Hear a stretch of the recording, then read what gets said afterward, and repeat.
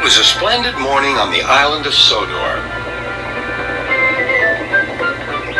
James was feeling very pleased with himself.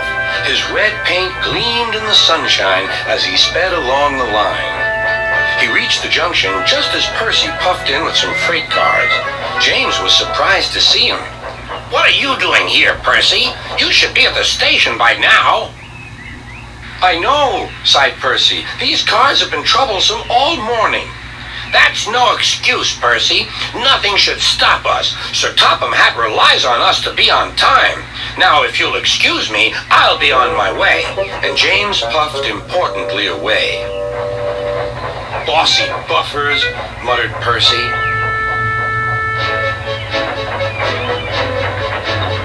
James arrived at the harbor. It was market day. The harbor yard was filled with the sweet smell of fruit from faraway lands. The fruit was delivered in big ships. James watched as strawberries, oranges, melons, and bananas were carefully loaded onto his cars. Then he set off for the station on the main line.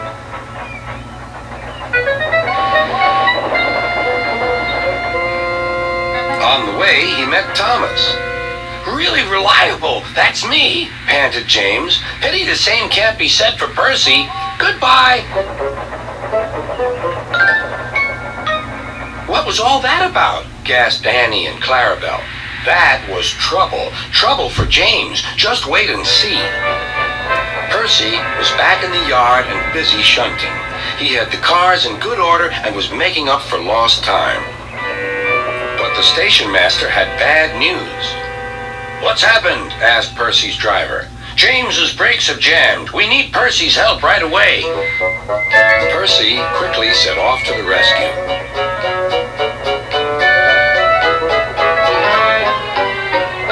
James was stuck on the line and looking glum. Percy couldn't help laughing.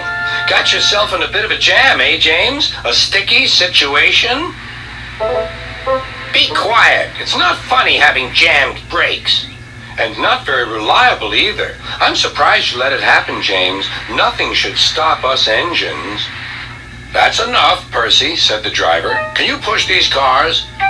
"Of course I can. There's no time to lose. James has done too much of that already."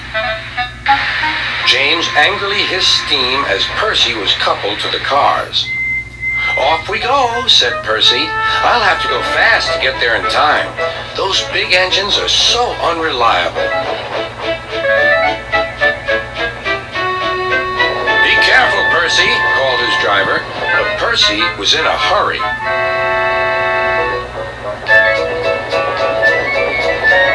He didn't see that the switch had failed and that he had been diverted into a siding.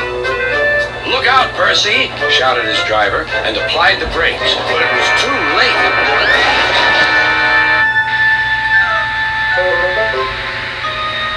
The driver and fireman had jumped clear, but squashed fruit squirted all over Percy.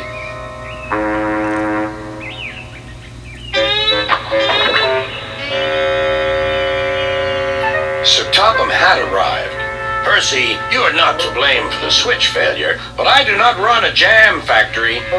"Yes, sir. No, sir." And Percy squelched sadly away.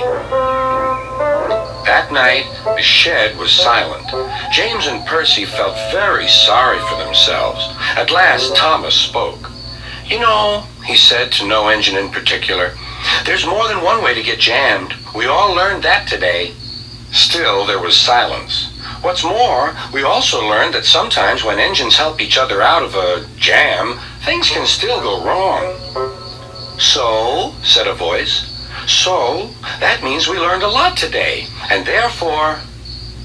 Then came a chorus. "We're really useful engines after all."